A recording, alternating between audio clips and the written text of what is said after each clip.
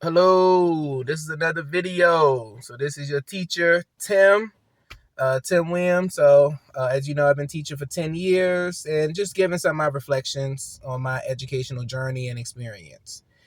So I've been reflecting a lot on myths in education.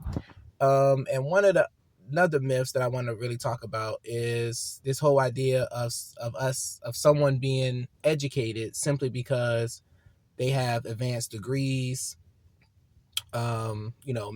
bachelor's, master's, PhD, right? So the myth is just because someone has those degrees that they're educated. And I say that's a myth because we have to really start focusing on, hey, what is our education serving? Okay, so we're educated, we have these formal titles, but what are we doing with those titles? And what are those? And what has that education? How has that education impacted how we see others, especially the more vulnerable people in our society and world, right? And I've really been reflecting on that because I had to reflect on my own education. So I am formally educated. I graduated high school. I graduated from HBCU with my bachelor's, and I have my master's degree. Um, but I really started reflecting on my education, and a lot of my education, in my view, has been to uphold uh, oppressive systems like capitalism, militarism. So to either uphold those systems or to ignore those systems or to disregard it.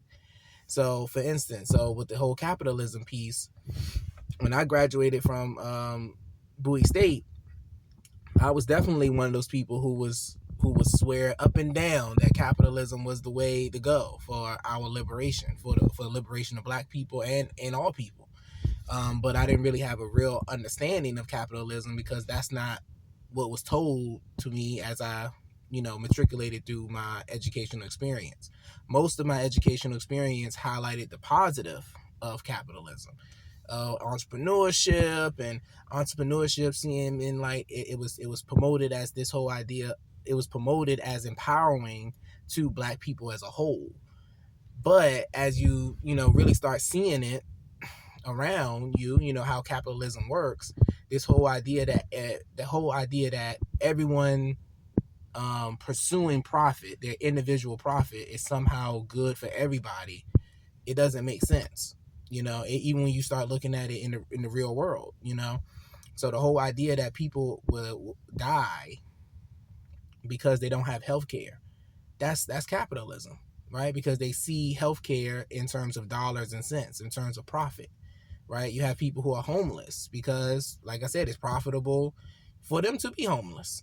It's profitable for them to be outside, and for us, and for people to wait and hold property in order for other people who can afford housing. But should healthcare, housing, be something that's looked at like a car? Should that be something that's looked at as like a commodity that you can go without? Like, you really can't go without housing. You can't go without healthcare, right? So, but most of my educational experience, like I said, it highlighted the quote unquote positive of capitalism. We talked about people in the past who were Black entrepreneurs, and even certain people who were current Black entrepreneurs, and they were looked at as Black excellence and all of this stuff. But capitalism, for the most part, it rewards exploitation. It rewards you paying people less than what they're worth in order for you to get a profit, right?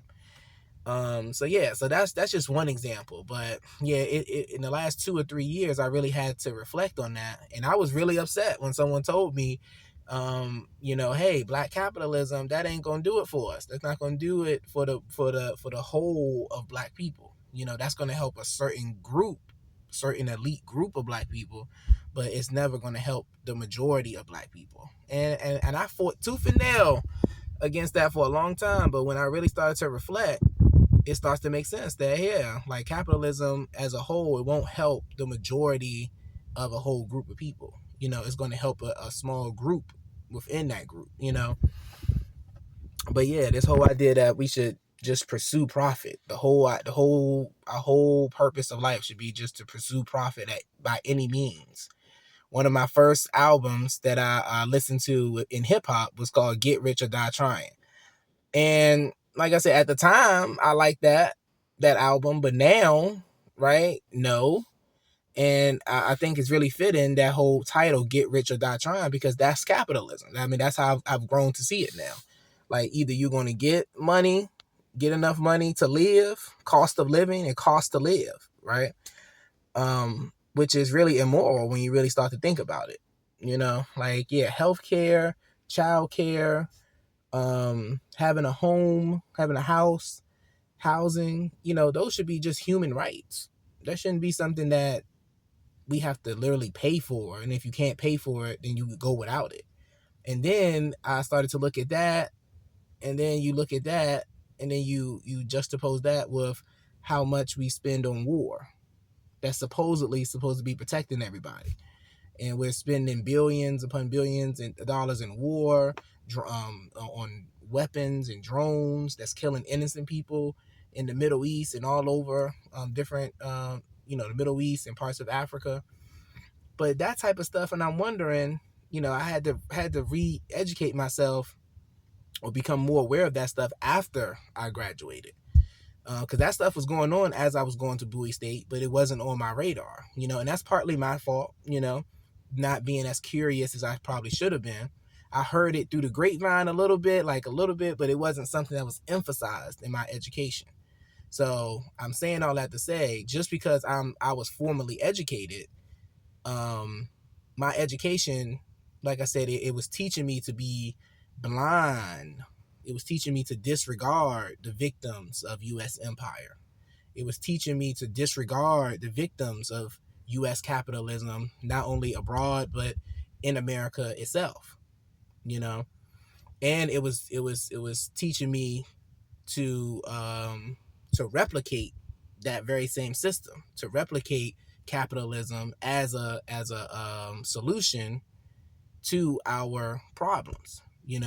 So even when I go to Bowie State now, I see a huge building, huge business building, business, and everybody want to be a black, or entrepreneur, but that's not going to really solve the issues of capitalism, so I'm really just thinking about, like, we all need to really reflect, and like I said, I'm doing a lot of unlearning from my formal education.